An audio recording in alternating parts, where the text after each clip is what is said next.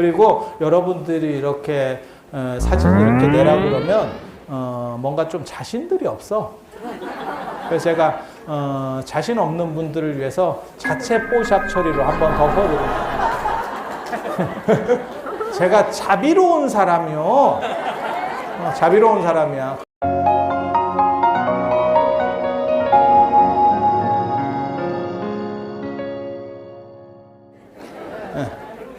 그래서 인생이 다 그러는 거예요. 그래서 지공 스님이 이 나라로 오셔서 말키니까 이렇게 말키니까 사람들이 고려 사람들이 참 대단한 게 우리 조상들이 대단한 게 그렇게 조금 혼탁스러운 데를 살고 있다가도 이렇게 맑은 분이 오셔가지고 충격을 주니까 그 말이 맞네 하면서 사람들이 바뀌기 시작했다는 거예요.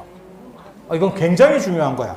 왜? 사람들이 부끄러움을 알고 있었어. 자기도 그런 행동을 하고 있었지만 그래서 그거를 누가 깃발을 딱 들어 올리니까 저것은 잘못된 거네 라고 하면서 거기에 구름같이 몰려들었다는 거예요. 그때 나이 어린 나홍 스님도 계셨어. 그래서 나홍 스님이 지공 스님한테 무생계를 수게 한 개첩이 여기 그림에도 있고 이게 그림이에요. 그래서 이거를 제가 여러분들에게 이 도장으로 여러분 얼굴을 덮어드린 겁니다. 그리고 여러분들이 이렇게 사진 이렇게 내라 그러면 뭔가 좀 자신들이 없어. 그래서 제가 자신 없는 분들을 위해서 자체 뽀샵 처리로 한번 덮어드립니다. 제가 자비로운 사람이요. 자비로운 사람이야. 그래서 저는 여러분들에게 제가 왜 이런 식으로 개첩을 만들었냐면 경대나 이런 데 놓고 계속 여러분들이 맑게 살 수는 없어. 근데 내 얼굴이 여기 박혀 있으니까 그렇게 놓고 조금이라도 잘 살아보겠다. 그리고 조금 힘들 것 같아. 그러면 샥 덮어서 오늘은 잠깐 쉬고 또 조금 이렇게 내가 바르게 살아봐야겠다라고 하면 이렇게 살짝 피고 저걸 내가 자식이라고 낳나 싶을 때는 싹 덮어놓고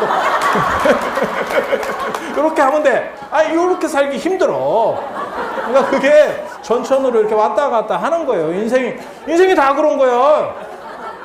계속 살면 그렇게 조광조같이 계속 살잖아요. 자식이나 며느리도 못 버텨요. 그래서 여러분들이 그렇게 사실 수 있지만 가정의 화합을 위해서 때로는 약간 맑지 못할 때도 있는 거. 여러분은 원래 다 맑은 분들이에요. 제가 다 잘 안다니까. 얼굴을 보면 알지. 왜냐하면 그렇지 않으면 이 자리까지 왔겠어요?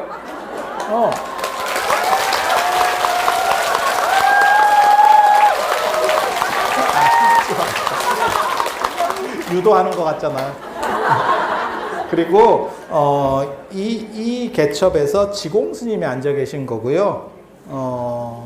이게 이제 수계 제자고 나홍 스님 그 필적도 있는데 그거는 뭐 나홍 스님 진필은 아닌 것 같고 그게 금강산 유점사에 있었어요. 이게 일제강점기 때까지. 그래서 사진이 남아 있어서 제가 그거를 이걸 눕기 딴다라고 하는데 이 틀을 다 따서 오린 거예요.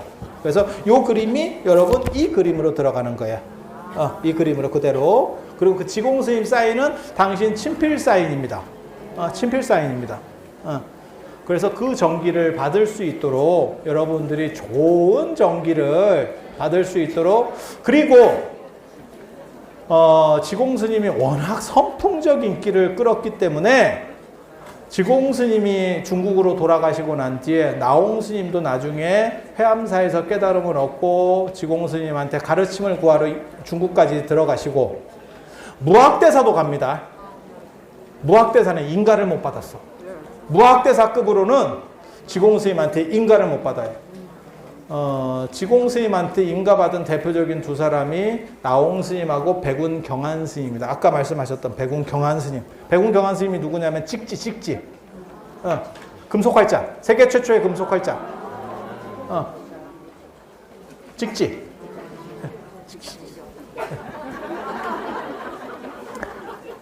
아는 거 나오니까 재밌지?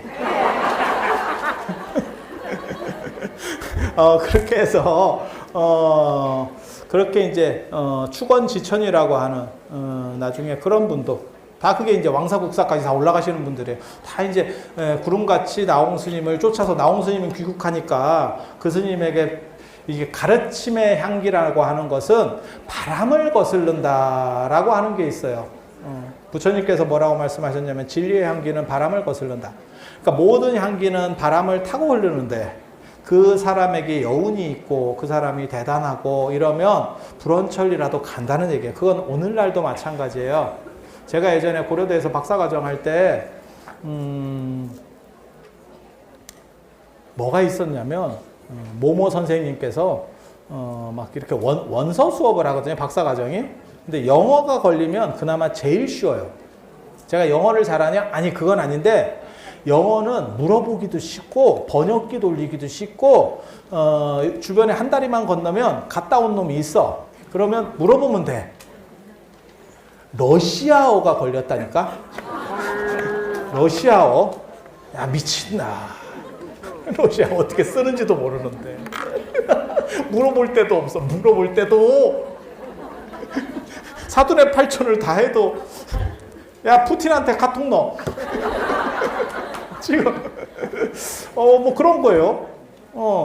근데 왜 그러냐면 그쪽에 그런 분이 전문가로서 업적을 남기고 있으면 좋든 싫든 어떻게 해서든지 해오는 겁니다. 그러니까 저도 대학원생 스님들한테 제가 무슨 자료를 이렇게 주고 알아서 정리해 오세요. 그러면 이걸 어떻게 찾아야 돼요? 이걸 어떻게 번역해요? 이러면 제가 뭐라고 대답하냐면 한마디입니다. 제주껏. 제주껏. 누구한테 물어보든 사오든 뭐 제주껏. 그렇게 하는 거예요. 진짜. 진짜. 그래서 이게 참 진정한 향기는 바람을 거슬러서 흐른다. 그러니까 진짜 대단한 사람이 있으면 그것을 다 거슬러서 올라가는 거예요. 그래서 예전에 이 오대산에도 하남 스님이 계실 때는 수행하려고 하는 사람이 상원사에 너무너무 많이 모여서 저 상원사에 150명, 200명까지 살았어요. 지금 저 상원사의 절반밖에 안 됐어요. 그 당시에. 절반은 한 3분의 1 됐을 거예요. 저 상원사가 지금같이 커진 게 지금 요 교구장 스님이 다 그걸 넓힌 거거든요. 그래서 그걸 칼잠을 자면서 이렇게 옆으로 김밥같이 자는 게 아니고 그냥 이렇게 그걸 칼잠 잔다 그러거든. 이렇게 옆으로. 그렇게 하면서 수십 명씩 조그만 방에서 쪽방에서 무슨 피난 가듯이 그렇게 살면서 했고 탄원 스님께서 여기서 아까 여러분들이 그 괴불 뒤쪽에 대강당이라고 써 있어요. 대강당이라고. 그리고 설청구민이라고 또 써 있거든요. 설하는 사람과 듣는 사람이 모두 다 사라졌다. 그거는 무라일체가 돼서 가르침이 쫙 전달됐다라고 하는 멋있는 얘기예요. 거기서 당신이 화엄경을 가르치실 때 전국에 유명한 사람들이 다 오게 되는 거죠. 그리고 그 당시는 대학생들이 지금하고는 좀 틀려요. 지금이 4.19 때 혁명의 주체가 고등학생이었었어요. 그리고 우리가 민주화 운동 한참 할 때 80년대 이런 때 대학생이었고 지금은 대학생이 이제 엄마한테 용돈을 타고 있고 뭐 그랬어. 그랬어요. 그렇게 이제 시절이 바뀌는 거예요. 그래서 그때 이제 뭐 고려대생들이 오고 뭐 어쩌고 하던 일들이 다 벌어지게 되는 거고. 그러니까 그때는 교통도 안 좋고 이래도 배울 게 있으면 지금도 마찬가지라는 생각을 해요. 배울 게 있으면 거기까지 찾아갑니다. 제가 있으니까 여러분이 이렇게 오셨잖아요.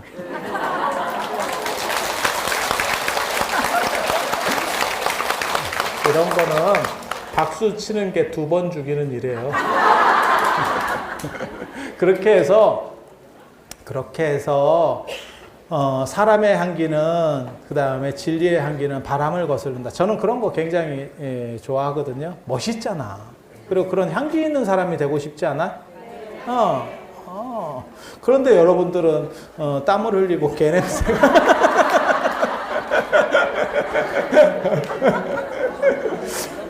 개냄새가 개냄새는 좀 그러니까 정수리 냄새 정도로. 우리는 정수리 냄새는 안 나. 좋지? 원하시면 밀어. 이렇게 비가 올 때도 우리는 그냥 가만히 있어도 비 오는지 알잖아. 이것도 이거 안 해도 알아.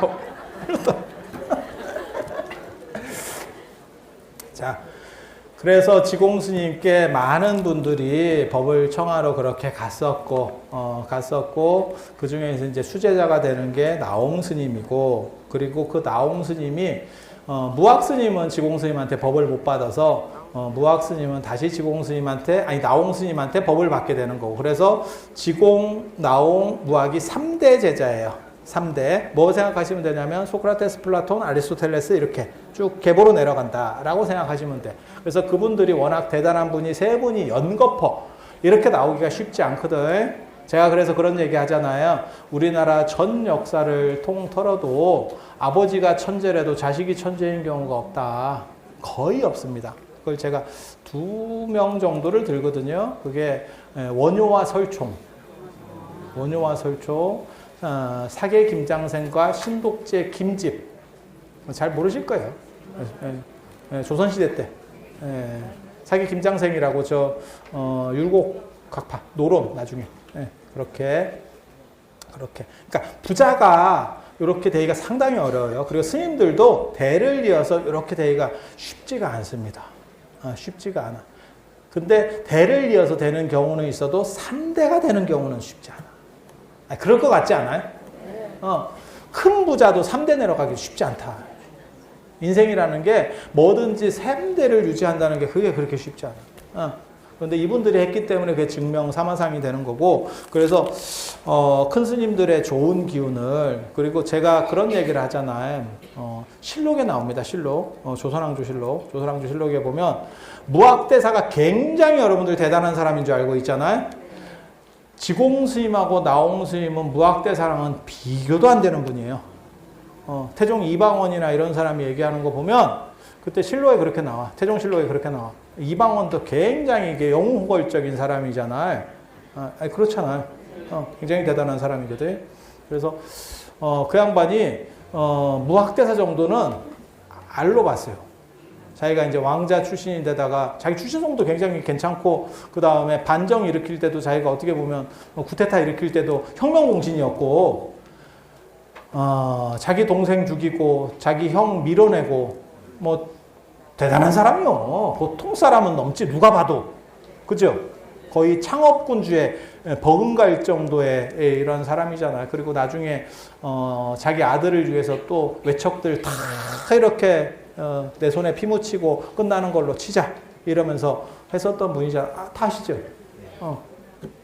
용의 눈물 이런 거 보시면 돼요. 오래전 드라마 나온다. 용의 눈물 듣고 웃으면 옛날 사람이에요. 요즘 사람 용의 눈물 모릅니다. 근데 여러분들은 얼굴만 이렇게 뵈면 용비어청 가도 반포대 때 들었을 것 같아.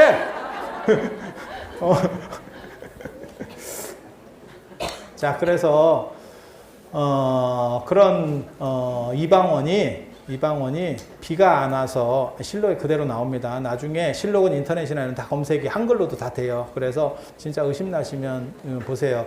그럼 뭐라고 나오냐면 비가 안 오니까 기우제를 지내서 스님들한테 부탁해서 기우제를 지내야 되는 거 아닙니까? 그 당시는 불교가 끝난 지 얼마 안 됐으니까 불교 세력이 상당히 살아있다고요.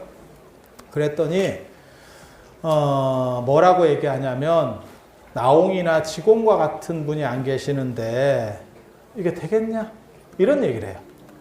그러니까 무학 정도로는 택도 아니라는 얘기예요. 그 정도로 지공 나홍 스님이 대단해요.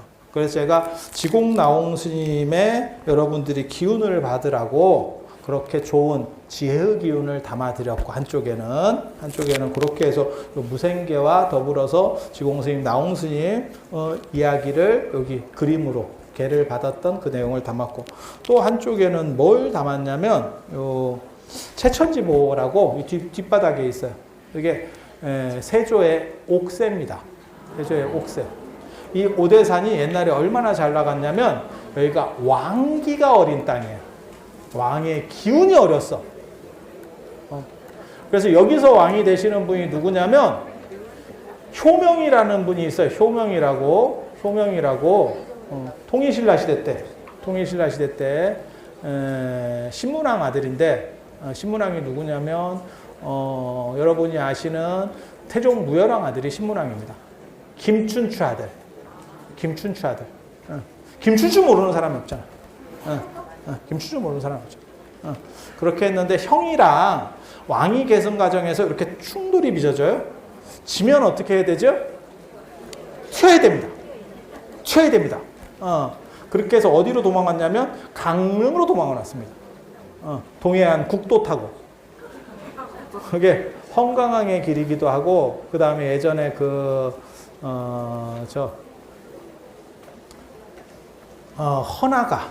허나가의 길도 글로. 헝강항 때 허나가인갑다. 그렇게 길이 그렇게 이제 뚫리거든요. 그래서 그쪽 길이 계속 있었어요. 계속 있었어요. 그리고 자장률사도 그렇게 넘어오는 거거든요. 그리고 그쪽에만 있으면 잘못하면 죽어요. 그래서 대관령을 넘어서 이쪽으로 튀는 겁니다. 뭔지 아시겠어요?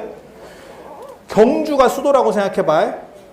옛날에 강릉 쪽이 명주인데 거기까지는 나와발이에요. 그런데 대관령을 넘어가면 쫓아가기가 상당히 힘들어.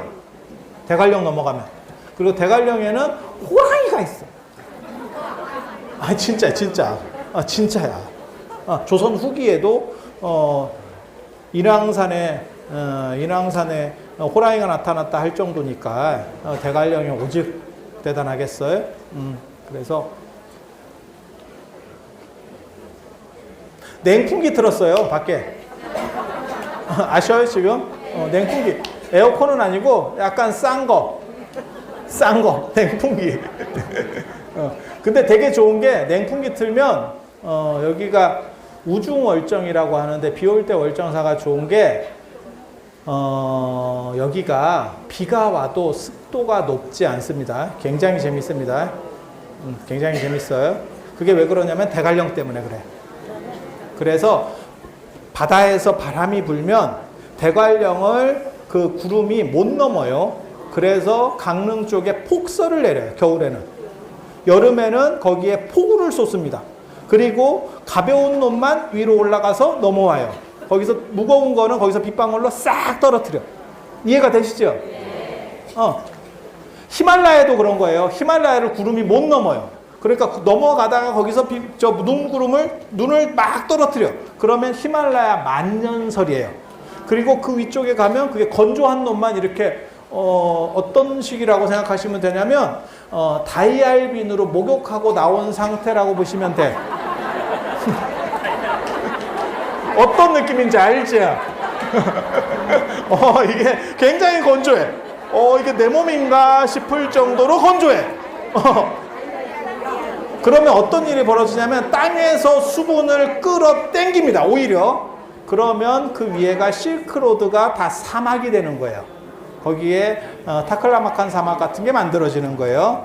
그래서 동해안 쪽에서 구름이 이렇게 오다가 바람이 오다가 거기서 비나 눈을 다 떨어뜨리고 이쪽으로 오면 어떤 일이 벌어지냐면 약간 건조한 공기가 돼요. 그래서 밑에서 수분을 쫙 당기기 때문에 오대산에 살면 비가 와도 청정한 느낌이 들어. 청량한 느낌. 제 말이 맞나 틀리나 한번 보세요. 그리고 여러분들 내일 안 주무셔도 배터리가 70%는 남아 있습니다. 여기 배터리 진짜 빨리 충전되는 자리예요. 진짜 빨리 충전되는 자리예요. 그래서 비 오는 월정사 얘기 잠깐 토막상식 이렇게 했었고, 이게 이제 최천지보라고 세조도장이에요. 여기에는 세 명의 유명한 왕이 있어요. 세 명의 유명한 왕.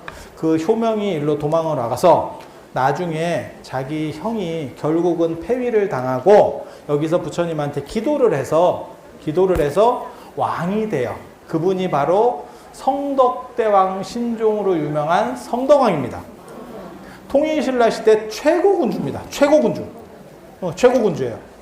그래서 여기서 기도해서 이 오대산에 왔더니 푸른 연꽃이 피었대. 그래서 여긴가?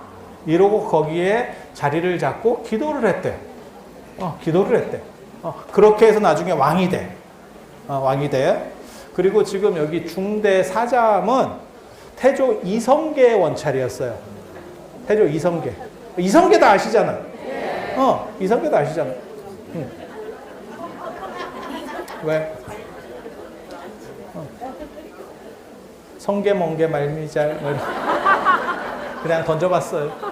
웃어주셔서 감사합니다. 아무도 안 웃어줬으면 내가 참여하려고 그랬어. 그래서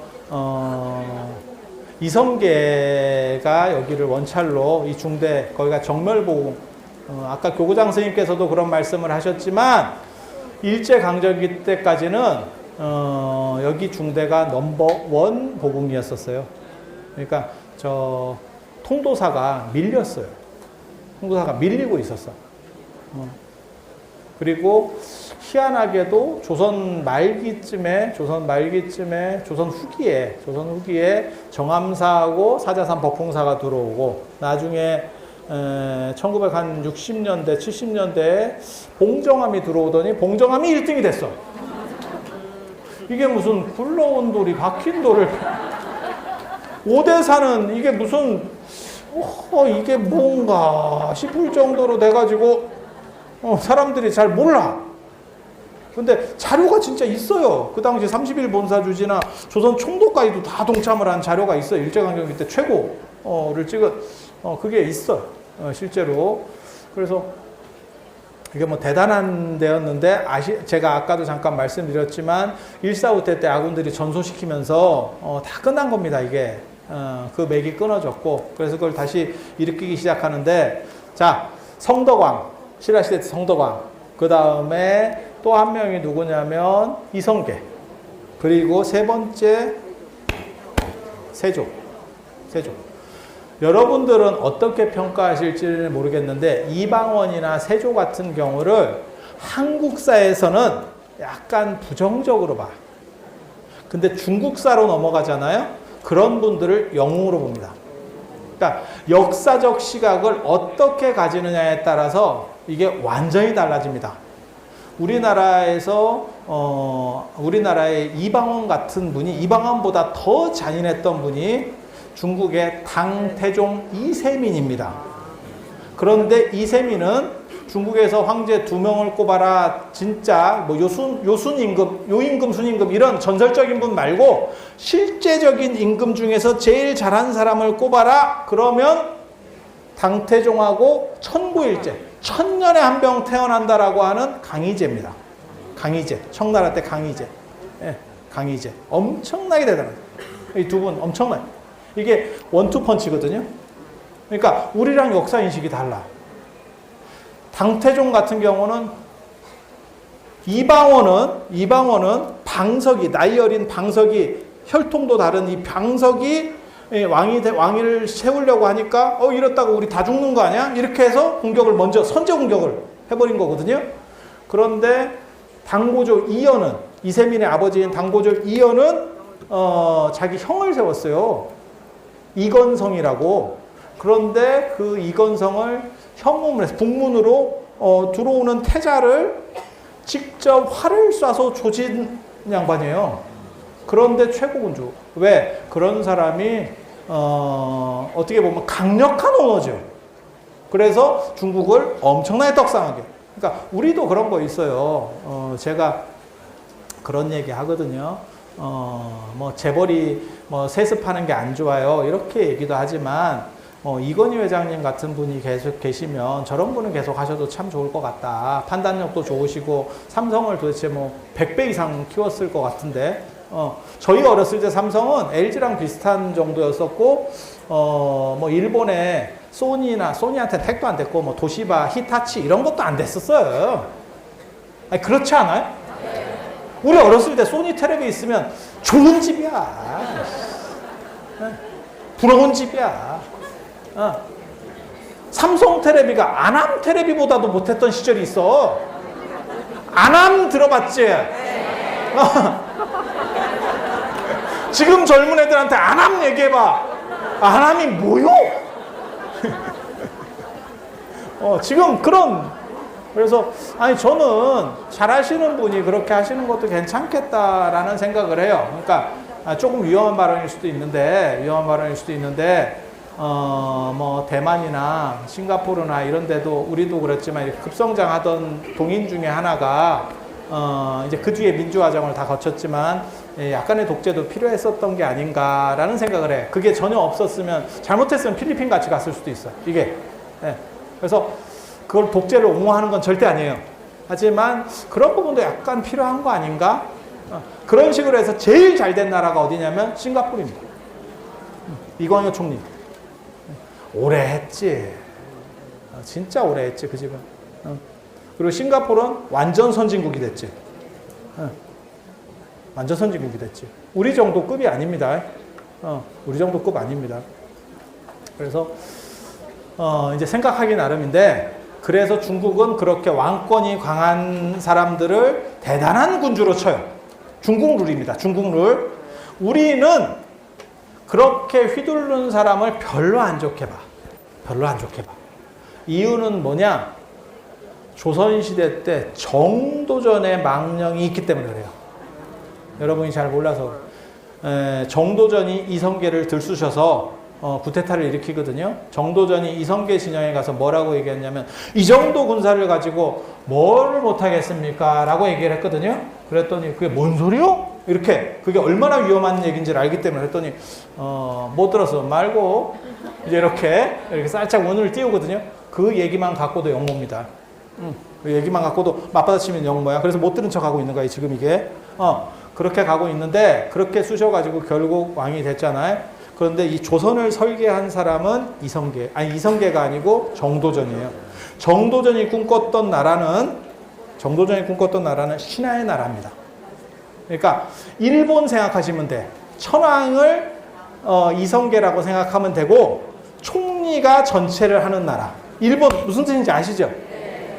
그렇게 하기를 원했어. 그래서 정도전이 설계한 시스템에는 그러니까 한마디로 얘기해서 지가 총리지. 지가 총리지. 그래서 임금을 제1사대부, 첫 번째 사대부로 본 거예요. 임금은 사대부보다 위에 있는 게 아니고 사대부 중에서 1번으로 봤다고. 이거 굉장히 재밌는 거예요. 그거를 못 참았던 사람이 누구냐? 이방원입니다. 그래서 저거를 갑자기 이렇게 해서 결국 정도전을 날렸는데 문제는 이방원 쪽에 새로 국가를 시스템을 만들 정도로 똑똑한 사람이 없었지. 그래서 정도전이 삼봉 정도전이 만들어 놓은 국가 시스템이 그대로 돌아가게 되는 거예요. 그 얘기는 뭐냐? 신하가 강하고 군주가 약한 상황이 벌어져요. 그래서 중국사를 볼 때 뭐라고 얘기하냐면 군, 강, 신, 약이라 그래요. 군주권은 강하고 신하권은 약하다. 그런데 조선을 볼 때는 뭐라고 얘기하냐면 군, 약, 신, 강이라고 얘기해요. 그래서 임금이 죽였어도 신하들이 신원을 시켜서 조광조처럼 영웅을 만들 수도 있어. 그렇게 영웅을 만들어버리면 죽인 임금은 뭐냐? 이 생각을 한번 해봐야 돼.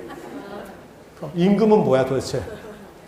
그게 신하권이 군주권에 도전하는 양상이기 때문에 그래요. 그리고 그렇게 되면 무슨 일이 벌어지느냐? 이방원이나 세조 같은 사람은 굉장히 부정적이 돼요. 신하들을 마구잡이로 죽이는 사람이니까. 그래서 인식이 달라, 이게. 인식이 달라. 그래서 제가 그런 얘기 하잖아요. 미국의 입장에서 보면 빈라덴은 테러범이고, 이슬람의 입장에서 보면 빈라덴이 어떻게 보면 우리 일제강점기 때, 이렇게 의사들이 있잖아. 그런 식으로 평가를 저쪽에서는 받거든요. 이슬람 쪽에서는. 그게 어디가 옳다라고 하는 게 아니고 관점에 따라서 많이 달라질 수 있다를 얘기하는 거예요. 그래서 그 정도 생각을 하시면 돼요. 그래서 세조를 넣었던 이유는 왜 성덕왕이나 그러면 이성계를 넣지 않고 세조를 넣느냐? 성덕왕은 사인이 없습니다. 사인을 못 구하겠습니다. 그래서 사인 구할 수 있는 사람을 이게 세조 사인이에요. 세조가 여기 중창 상원사 중창불사를 하면서 그때 신미가 어떻게 보면 총괄을 하거든요. 그 얘기 아세요? 그 유명한 얘기잖아. 유명한 얘기예요. 세조가 창병에 걸렸어요. 제가 그 얘기 하잖아요. 그게 전주 이씨의 어떻게 보면 가족력이기도 하고, 그래서 문종도 창병으로 죽었고, 정조도 창병으로 죽고, 사도세자도 창병이고, 세조도 창병 때문에 고생을 했고, 창병이 걸렸는데 앞에는 잘 모르겠고, 정조 같은 경우는 벼루만한 창병이라고 나오거든. 창이 종기가 벼루만한. 이게 몇 개가 생기니까 몸에 온도가 올라가서 창이 생기면, 종기가 생기면 몸에 열이 올라요. 그렇게 해서 사람이 혼수 상태로 빠지는 거예요. 이게 지금. 그래서 짜도 안 터지는. 그러니까 여러분 무슨 생각하시면 되냐면, 여드름인데 안 짜지는 여드름 있잖아. 아프기는 더럽게 아프고 짜면 나올 것 같아서 짰는데 살 껍질만 벗겨지고 빨개지고, 어우 이거 짜증이 더럽게 나고, 그게 벼루만한 거예요. 벼루만하다는 거예요. 이게 몸에 몇 개가 붙어 있다고 생각해봐. 그래서 돌아가시는 거예요. 그래서 제가 그런 얘기 하거든요. 하필 창병이 문종도 세종만큼 대단한 분이었는데 문종 정조를 죽였어요. 이게 조선의 비극이에요. 어떻게 보면 세종대왕과 더불어서 최고의 군주들이 창병으로 갔어. 그래서 제가 무슨 얘기를 합니까? 좀 씻어. 아무리 정치를 잘해도 뭘 씻어서 오래 살으라 말이야. 너무너무 슬프지. 안 씻어서 몸에 개냄새 나다가 창병 걸려서 죽었어. 왕이 비단 옷 입고 가오 잡다가 내가 참 미치겠다. 궁녀들은 무슨 고생이요. 이게 무슨 임금님 몸에서 걸레 빨고 약간 들 말린 냄새가 나요.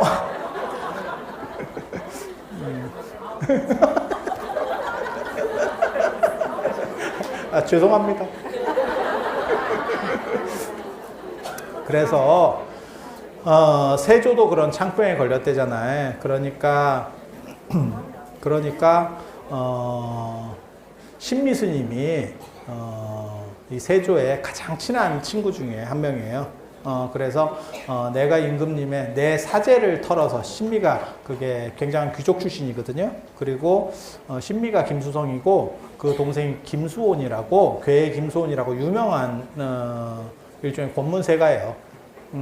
그렇게 그래서 세조가 신미스님 아시죠? 그 옛날에 그 나란말싸미 뭐 해가지고 그 한글 만들었다 뭐 어쩌다 했었던 그 신미스님인데, 그 스님이 이제 세조가 아프니까, 자기 친한 분이 아프니까, 그래서 내가 내 사제를 털어서 당신을 위해서 상원사, 오대산 상원사를 중창불사하겠다 라고 해서 상원사 중창불사를 들어가겠다니까 세조가 가만히 있을 수 없잖아. 내 몸이 아파서 지금 그러는데, 그 당시에 저희가 화재가 나가지고 홀라당 다 탔대. 그래서 저희가 굉장한 명찰인데 저기서 기도를 하면 나을 것 같다 이러니까 세조가 그러면 내가 좋은 걸 주겠다 이러면서 당신 옷을 벗어줬대. 이거 굉장히 재밌는 거예요. 그 옷이 세조 지금 상원사에 있는 그 문수동자상 복장에서 유물로 나와서 지금 월정화 성보박물관에 있습니다. 그래서 창병이 어디 있는지도 알 수 있어. 종기 흔적이 보여. 피고름이 묻어 있어. 돈을 안 주고 옷을 벗어줬대. 그게 뭐냐면 제주껏 삥 뜯어 이 뜻이에요. 전두환 대통령 때 만약에 일해재단 그거 좀 당신이 좀 맡아서 해보세요. 아따 뭔 뜻인지 아시겠어? 그 권한 하나만 받잖아요. 경기 끝납니다. 왕조 국가에서 왕이 그렇게 얘기했어요. 그것도 아니고 자 보세요 이러면서 이거 보세요. 여기 봐요. 봐봐. 여기 치료해야 돼. 이러면 유생이고 뭐고 다 필요 없고 돈을 내기 시작하는데 그때 불사가 2천억에서 3천억. 금방 거칩니다. 그리고 그때 돈 내고 다 사인을 또 했어요. 그래서 신숙주 한 명의 사인이 전부 거기 어첩에. 그게 우리나라에서 가장 오래된 한글본입니다. 제일 오래된 활자본은 훈민정음이고요. 당연히 훈민정음이고 손으로 쓴 글 중에서 가장 오래된 게 그 세조 어첩이에요. 그 세조 어첩. 그리고 그걸 가지고 신비스님이 그게 이제 항렬 스님이 썼을 걸로 추정을 하는데 저도 그거 갖고 논문도 쓰고 했거든요. 그렇게 해서 거기 보면 한 명의 사인들 진짜 사인들이 다 있어. 진짜 사인이 다 있어. 그러니까 돈 내고 사인하고 돈 내고 사인하고 아유 뭐 잔인해. 옛날이나 지금이나. 그리고 나중에 아마 세조한테 보여줄 거예요. 임금님한테 배줍니다. 이러면 바로 나. 아하 이렇게. 전두환 대통령 때도 봐봐. 그거 했으면 다 걷었어. 다 걷고 건물 한 채 산다. 그렇게 그런 시절이 있었잖아. 근데 왕인데 왕조국가에서 왕인데 그건 뭐 대단한 거잖아. 그렇게 해서 불사를 하고 그리고 그 어첩에 당신이 사인을 해요.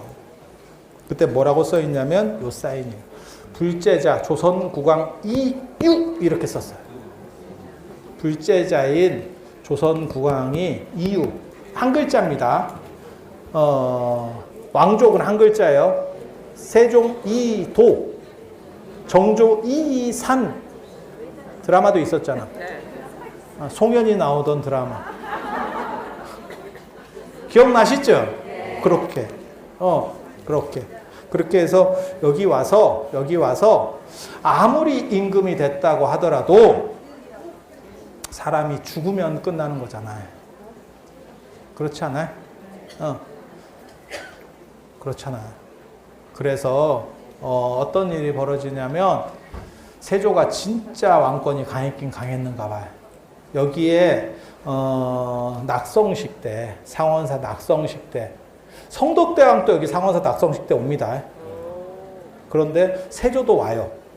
수도를 왕이 떠날 수 있다라고 하는 거는 왕권에 강력한 자신감이 있을 때만 수도를 비울 수 있습니다.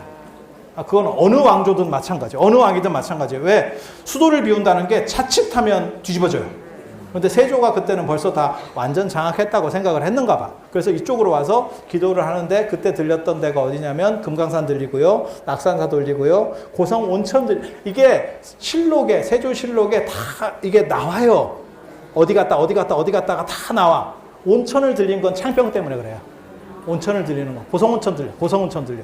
네, 그래서 저도 고성온천에 한번 가볼까라는 생각을 괜찮았나? 효과가 좀 있었을란가? 라는 생각을 한번 했었어요. 그렇게 돌리고 저 금강산 들리고 낙산사 들리고 금강산에서 법기보살을 친견했대. 그리고 감로 이적들이 있었고 그리고 여기 와서 테이프를 끊습니다. 이렇게 테이프를 끊어. 근데 테이프를 끊는데 여기 산이 지금은 교통이 좋아졌지만 예전에는 저기 기차역 있는 데서부터 여기 이제 걸어 들어오는 거예요. 보통. 근데 이제 가마 타고 오거든요.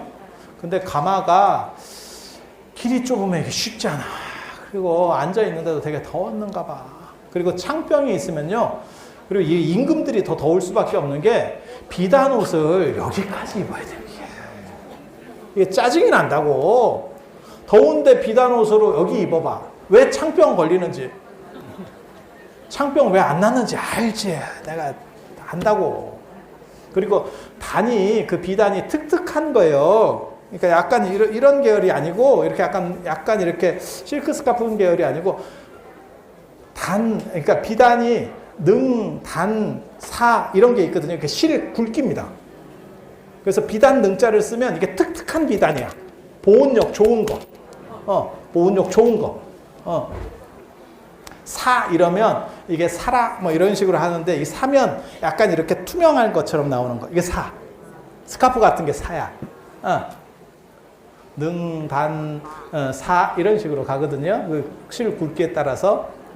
그래서 부처님도 비단 옷을 입었다라고 할 때 중국 비단 아닙니다. 약간 실크 스카프처럼 그래서 고려부라 보면 사라를 입으면 그 시스룩이거든. 속이 보여. 입고 속옷이 보여. 속에 옷 입은 게 보여. 그렇게 되는 거예요. 아, 그러면 인도에서 중국 비단 입으면 창병 걸려, 창병. 땀 삐질삐질. 이렇게 환자같이, 이렇게 된다니까? 그럼 수행하려고 그러면, 땀이 삐질삐질. 어디 공진단이라도 하나 먹고 와야 되나? 이렇게 되는 거야. 그래서 달라. 달라. 그래서 그 비단 옷을 입고 상원사까지 오니까 너무 더워서 거기서 목욕을 했대. 근데 그 목욕했다는 의미를 저는 한 가지로 더 보거든요. 창병 때문에 비단에 떡진 것도 있을 거고 또 한 가지는 뭐냐면 부처님한테 왔는데 씻고 가고 싶은 거지. 여러분도 목욕 재개하고 뭐 이런 거 있잖아요. 아니 그렇지 않아요? 그러니까 여러분들이 만약에 내 애가 지금 수능을 봐요. 그러면 절에 가서 기도를 해요. 그러면 아침에 일찍 일어나셔서 목욕 재개하고 그리고 기도하러 가지 않을까? 그렇지 않으면 입양인가? 그래서 애 입장에서는 엄마가 목욕 재개하고 가나 잘 봐야 돼. 그게 정성이잖아요. 그리고 어디든지 절 앞에는 계곡이 이렇게 물이 있는 것도 그게 씻고 오라는 뜻이에요. 이슬람에도 마찬가지입니다. 큰 모스크 앞에 가보면 수도꼭지가 쫙 있어. 그리고 수도꼭지 없는데 물이 좀 안 좋아요. 물 별로 없는 데 있거든요. 이슬람은 중동 쪽이니까. 그러면 모래가 있어. 그럼 모래로라도 이렇게 씻고 오라고 하는 거예요. 부정을 털어내고. 동남아시아 같은 경우는 사원 앞으로 이렇게 물이 흘러. 그러면 거기서 발 닦고 들어오는 거예요. 걔네 맨발로 다니거든. 진짜야, 진짜. 그래서 아마 목욕 재개를 한 게 아닌가라는 추정도 해요. 그렇게 해서 씻을 때, 한 사미 스님이 나타나서 이렇게 지나가고 있으니까 와서 등 좀 밀어라 라고 했다는 거잖아요.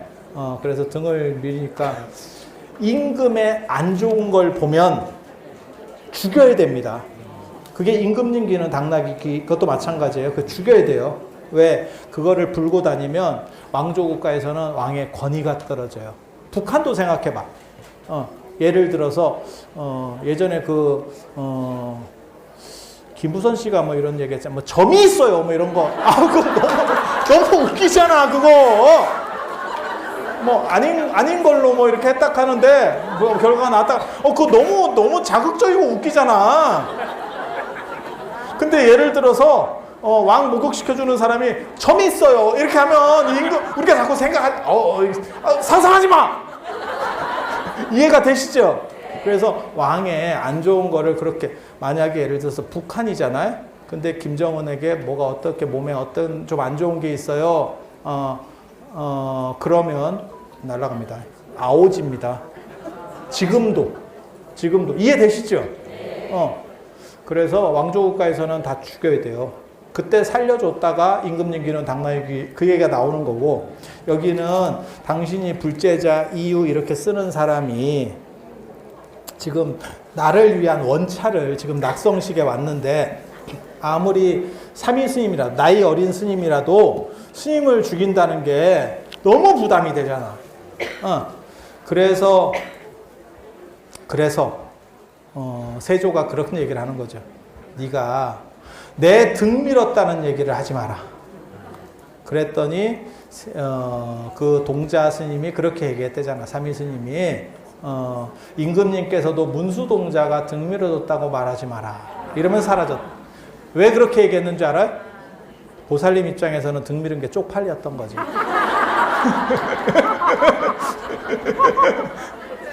쪽팔려. 이게 그래서 한국 목욕 문화에, 전 세계에서 때밀이 문화는 우리나라밖에 없거든요.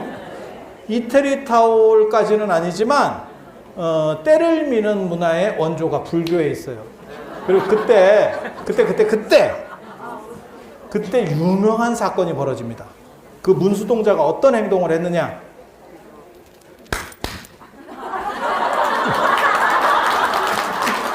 이게 문수동자가.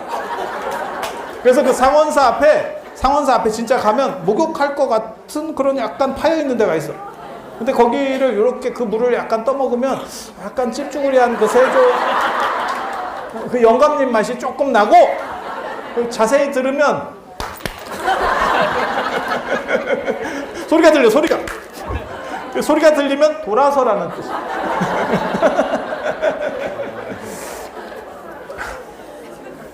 그래서 그렇게 인연이 있는 데가, 세조가 인연이 있는 데가 지금 상원사예요. 그래서 여러분들에게 저는 뭘 드리려고 한 거냐면, 여기 봐봐. 여기 보면 지공스님 사인이 있고, 그 옆에는 나홍 스님 사인이 있어. 근데 이 사인은 약간 가짜 같아. 짭 같아. 짭 같아. 글씨체가 나홍 스님 글씨체 같지 않아. 짭 같아. 원판에 나오는 거긴 한데 나중에 누가 쓴 것 같아. 왜냐면 어렸을 때 개를 받았는데 나홍이라고 쓸 수가 없거든. 이거 출가한 뒤에 나홍이라고 쓰니까 내가 7살 때 8살 때 개 받았는데 자현 이렇게 쓰면 냄새가 좀 나잖아. 이게 지금 그래서 약간 아닌 걸로 그 뒤에 여러분들에게 좋은 기운을 받으라고 제가 하남 스님하고 탄호 스님 사인도 넣어놨습니다. 여기 앞에다. 그리고 여기 혹시 못 읽는 분 계실까봐 한글로 하남 스님이 사인도 해놔서 한글도. 야, 탄호 스님도 한글로 써놨으면 내가 그걸 다 찾았거든요. 이분이 한글을 안 쓰시더만. 그래서 그건 못 찾았어요. 제가 볼 때는 당신들께서 제일 잘 쓰신 것 같은 사인으로 넣었어요. 그렇게 해서 부처님의 좋은 기운, 큰 스님의 좋은 기운이 가정에 탁 들어가서 부처님의 가피가 어리고, 그 다음에 여러분이 뜻하고 바라는 일들이 다 이루어지기를 바랬고, 이렇게만 돼서 그러면 여러분이 다 출가해야 되잖아. 이런 기운이 강해지면. 그래서 한쪽에는 왕의 길을 넣어서 세속적으로도 여러분 스스로가 다 왕기를 받아서 좋은 일들이 진진하게, 그러니까는 한쪽 바닥은 출가한 좋은 기운을 받고 한쪽은 왕의 기운을 받고, 이게 양수ገብ장 아니요?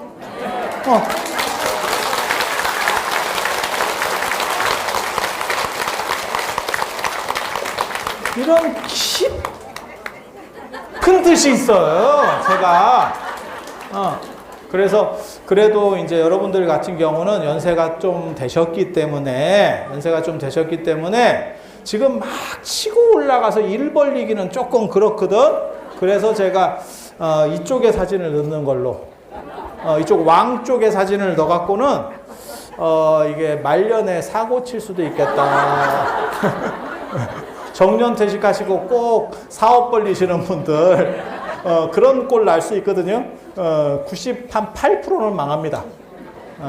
그래서 이쪽에 안 넣고 이쪽에 넣은 거는 여러분들이 이렇게 오래 사는 세상에서 어떻게 보면 인생을 이제는 잘 거두고 이쁘게 마무리하고 여운을 남겨야 되는 시점에, 그때는 부처님의 가피하고 어떻게 보면 큰 스님들의 행복이 여러분들에게 깃드는 것이 더 좋지 않겠나 싶어서 이쪽에 사진을 붙이게. 그리고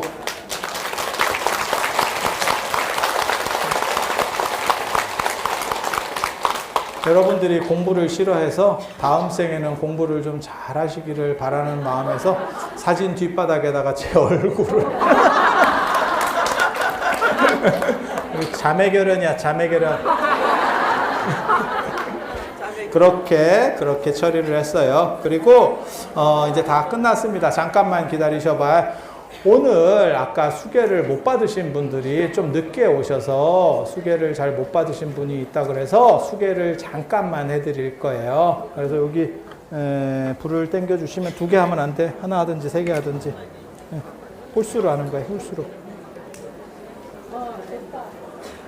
자, 여자는 오른손, 남자는 왼손입니다. 왼팔. 남좌여우라고 하는 겁니다. 그래서 이 앞으로 잠깐 나오시면 그렇게 수계 해드릴 수 있도록 하겠습니다. 그리고 안 끝났어. 잠깐만 계속 이쪽으로. 조금만 비켜주시고. 옆으로 쓰시면 화면에도 나가. 아, 거기 가리지 말고.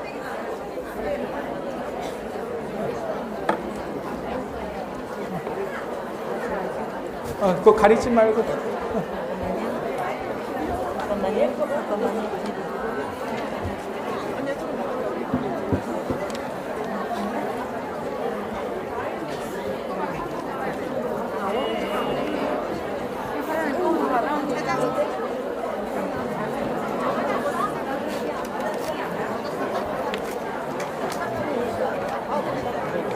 자, 다 됐지? 다 됐지? 자, 그리고 오늘 사실은 지금, 이것과 관련해서, 오늘 행사와 관련해서, 후원해 주신 분들이 되게 많았었어요. 그런데, 오늘 다 발표는 못 할 거고, 그냥 세 분만 발표를 해드릴 거예요. 오늘 세 분만 발표를 해드릴 거예요. 그래서, 중랑구 태창산업개발에서 개척보시 승부공양으로 해서 500만 원을 후원을 해서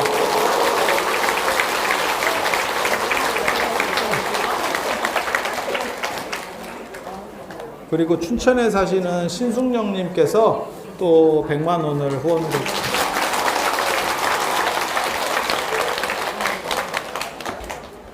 이건 뭐요? 스코틀랜드예요? 스코틀랜드에서 어떻게 알고? 스코틀랜드에서 우리 조경희 보살님께서 개척보시 승보공양으로 300만 원 해주셨어요. 오늘 진짜 많아요. 진짜 많은데 오늘은 세 분만 할 거예요. 왜냐면 오늘 지금 시간이 길어져서 하기는 좀 그렇고 다음 달에 나눠서 또 해드릴 거예요. 그리고 오늘 지금 여러분들이 간식 드시고 할 수 있도록 우리 저 위에 앞에 단에 보시면 거기 내려봐. 내려봐. 판때기 내려봐. 판때기. 우리 오리온에서 큰 후원을 여러분 그 물도 주시고 여러분 이따가 저녁 때 간식하시라고 또 드릴 거예요. 제가 낮에 주면 어떠냐 이래서 낮에는 사람이 너무 많아서 주면 회사가 큰 문제가 생길 수 있다. 저녁에만 줘도 충분할 것 같다라고 했는데 저녁에도 많네 사람이. 그래서 이게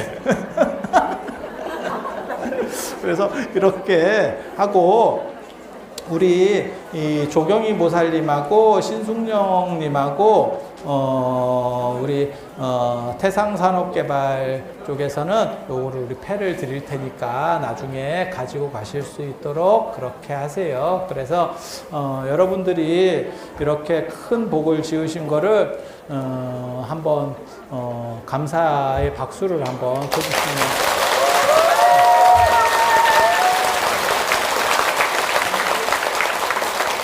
이런 걸 보고 뭐라고 얘기를 하냐면 상도덕이라고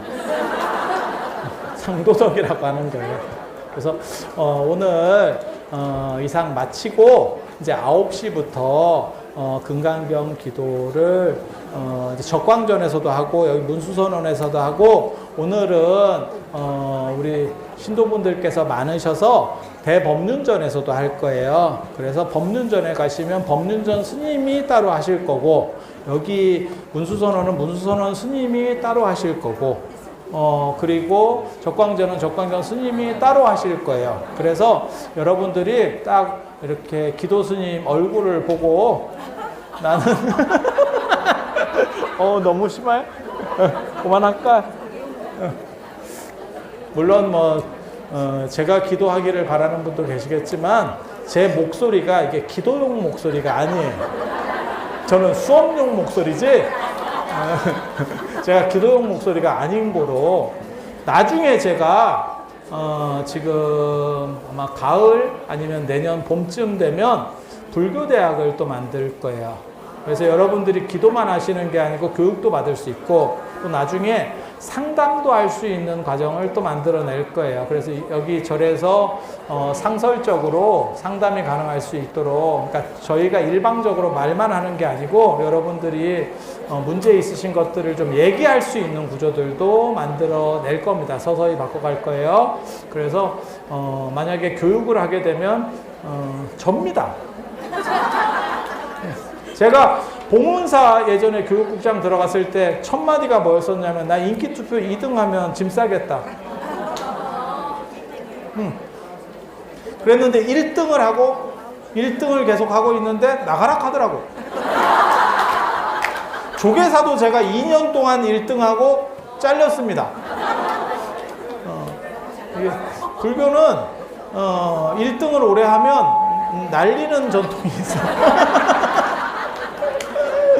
이게 재밌어. 여기는 우리 교구장 스님께서 계시기 때문에 제가 안 날아가는 거예요. 그 어른이 이렇게 딱 봐주니까. 그래서 예전에 그거 있어. 이거 자꾸 이런 식으로 가면 아까 교구장 스님처럼 끝날려듯이 또 시작하는데? 근데 예전에 그거 있어. 어떤 장군이 굉장히 전쟁을 잘했어요. 잘해서 딱 돌아와서 이제 다 반란군들을 진압하고 적들을 진압하고 딱 와가지고 임금님 앞에서 어깨에 뽕이 들어갔대. 딱 뽕이 들어가서 내가 이렇게 이제 친하래도 공이 크니까 뽕이 딱 들어가니까 임금님이 어떤 행동을, 중국 황제가 한 행동이에요. 박스를 하나, 라면 박스 같은 걸 하나 집어 던졌대. 그랬더니 거기에 그놈 죽이라고 상소문이 꽉 차 있더래.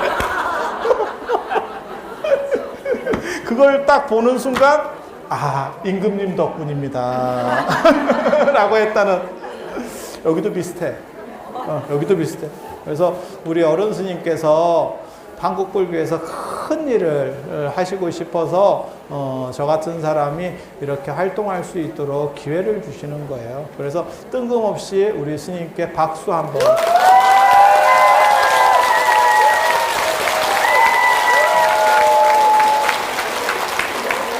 오늘 이상 마치도록 하겠습니다. 감사합니다.